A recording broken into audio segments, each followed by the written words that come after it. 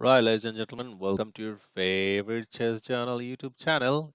And we are here to play a game, a blitz game, I must say. And this is going to be a series of games where I where I play with my repertoire with white pieces and black pieces. With white pieces, I'm gonna stick to the London system, as most of you like the London system. And London system starts with d4, knight f3, or bishop f4, whichever um, yeah, anyone is possible. But I prefer playing knight f3 because you can trick your opponent that instead of going bishop f4, you could go there, which might turn up to this opening.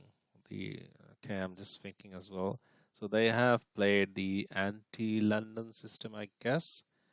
Now here, what do we do? Let's do this one, c3.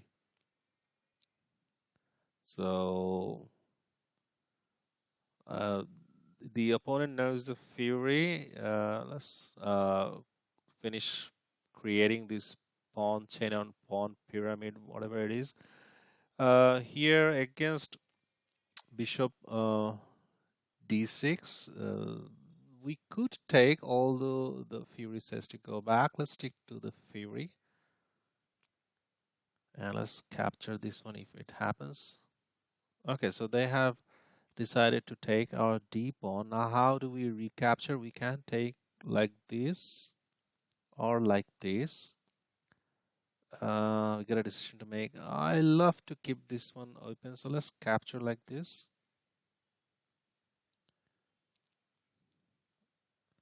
Okay, so they have played knight f6, and let's develop our light square bishop to d3, and later on we're gonna go there. So they have decided to castle short, and let's go here. And if they take this one, that would allow us to. Okay, so they wanna by playing rook e8, we get information, or they're giving us information that they're gonna play this one sooner or later because our king is still in the middle. Let's take the dark square bishop now, and after queen takes, let's castle short. This is gonna be purely a positional game, as you can see at the moment. Our opponent is playing really well, so they have played e5. Let's capture with our pawn. And do we take? Yeah, let's take. Then we're gonna move this knight. Or are we? Actually, no, I like this one now. So let's do this one. I was thinking that they were gonna take with their rook. That could have been better because later on they had potentials to no, that's a mistake because we're gonna be um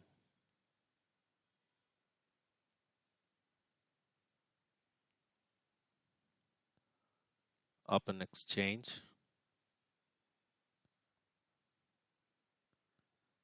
Oh, sorry, what am I talking? No, we're not open exchange. We're gonna be holding this file. Sorry about that. These blitz games. Um, okay, now what is the? Okay, so they didn't want us to go there. That is why they played that one. Now what do we do? This knight could jump here.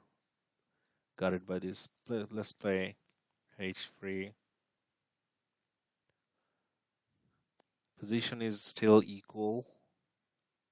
Although our light square bishop is, I think we are doing a bit better because of this development. Now it is equal because they are also developed. Now let's expand. This also restricts the mobility of their light square bishop. And now what do we do? Let's keep on expanding. They're playing very well. Yazdoon, the name of our opponent from Australia, very strong rating, blitz and rapid both. So that's an exchange offer, but I think that's a slight mistake because we've got space advantage here. So exchanging rooks would favor us. And now let's improve the position of our king. This is going to be an instructive end game for those of you who are beginner and intermediate level players watching this channel. Let's improve our king further up. And see, they are also improving their king's position. But when you improve your king's position, as long as your opponent has a knight on board or a couple of knights on board, be very careful because knights are so tricky, and they could jump and fork. Um, sorry, I'm thinking fork with temp on the king by giving check. Now we don't want to allow this one. Do we go here? I'm just hesitant, or go here and go here. It looks better, so let's do this one. Just by the look of the move and instinct, this is what I'm doing.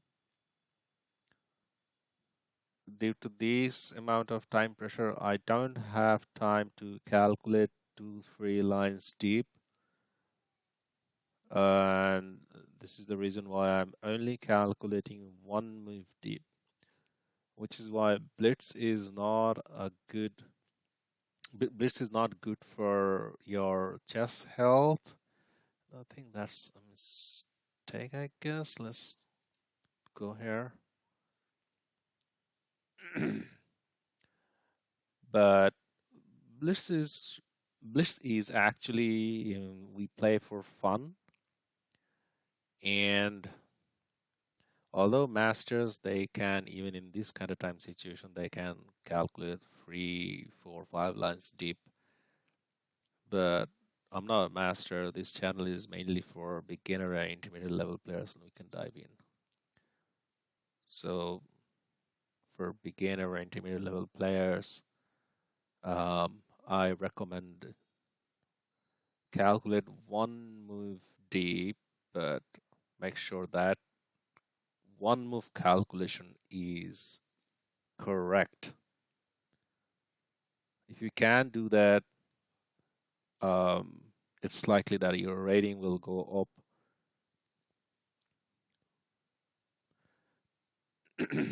And also you need some sort of experiences, which comes by playing a lot of games. So they have attacked our knight. Now let's take their bishop. Their bishop was strong. Now we get this one. Let's pre-move this. Okay, that comes with a check on the king. We probably gonna eliminate their knight. Yeah, we got passed pawns here on this file. And okay, let's take this one. This is resignable for them, but they're still playing. So let's go here. We still need to be alert. And this is how we do it. Because that is, see, this is what I was talking about. If they push this one, so we need to push this one here, and then let's remove this capture. Then just to make sure that they're not going to progress. So this is a sure victory unless unless we lose on time. Okay, so that was a good game, and let's analyze the game. See where we could have improved. All those most of the times I don't understand Stockfish 14 neural network. Maybe what am I saying? Maybe surely the masters do. So they made two blunders. What? We didn't make any blunder or mistakes? How is that possible? We didn't make. Okay, I understand that I didn't make any blunders, but I surely made mistake or inaccuracies, but the neural network is not showing us. We played very well game. See average sentiment loss. The lower the number, the better it is. So it's 5 and they have 34. Okay, so we played d4. They played d5. It was a London system with knight f3 on board first. And they played the anti-London system, and we played, see, the computer likes this one, and also this move, next move, computer likes it very well. Here, this one is also computer's preferred move. So see, uh, I was hesitant to capture like this, but from my experience, I know that if we go there, they have this diagonal against our king opened, and I have very bad experience in a couple of games by capturing there, and that's why I captured like this. Also, I believe one of the Magnus Carlsen's game I watched that he captured like this way, keeping these pawn chains as it is. So that inspired me to capture this way. So that's how I did it. And we developed our Leicester bishop, they castled, and we developed our other knight. And now before castling, we need to capture this one because otherwise, had we castled, they would have ruined our pawn structure in front of our king. So we didn't allow them to do that. So they captured back, and they played e5. So a lot of our transaction took place, and I think, yeah, they took the rook like this, and that was a mistake. No, wasn't it a mistake? Oh, no, it wasn't a mistake. So yeah, computer is telling them to take. Okay, so yeah, because otherwise this one is hanging. But I didn't see that during the game. See, this is the point that I'm trying to tell to all of you guys is that you just calculate one move deep and make sure that that one move is better. I just calculated that this one is going to put a pressure or comes with a tempo on their queen. That's what I did. I didn't calculate much further because when it happens, then I could easily see that, okay, hang on a second. If their queen goes anywhere, then we have this one winning an exchange. So transaction took place and they had to play this one otherwise, or they could have gone here, or if had they gone there, or they could have come here, then we would have gone here with our pawn, and then that would have been a comfortable position for us. But still, if this was, as you can see from the eval bar, it was we were doing good, and computer wants us to go there, or here, or here. Okay, so they agreed with what we played. We grabbed space, kept on grabbing space. This capture computer doesn't like, but I don't see any wrong in that, so I captured. Okay, now computer likes. Okay, thank you very much. So we improved our king's position. This was an instructive endgame. And see this one. This is one of the I think I got this one from one of the puzzles I did, where in this kind of setup where we have light square bishop and the pawns are on the light squares, then you need to what do you call start the minority attack, because if we go here, they can take here, but you're not gonna be worried because this one is proper.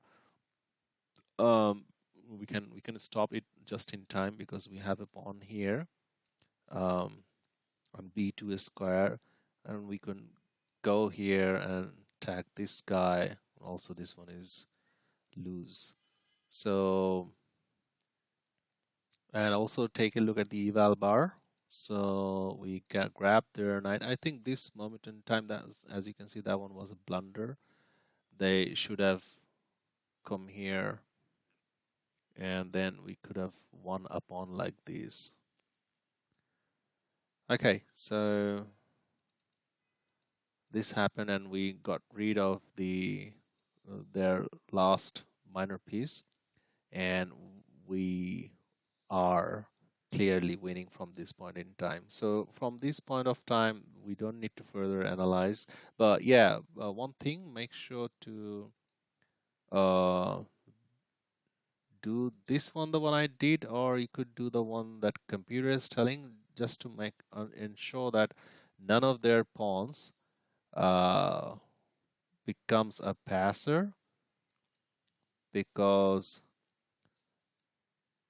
they come here, we're gonna take here, and what are they gonna do?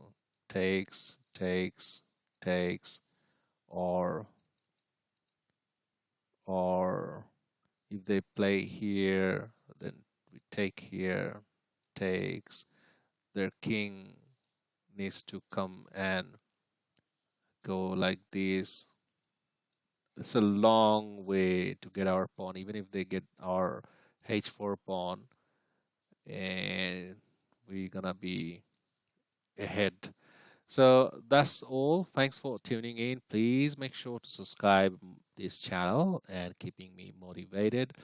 Till the next time, take care of yourself. Bye bye.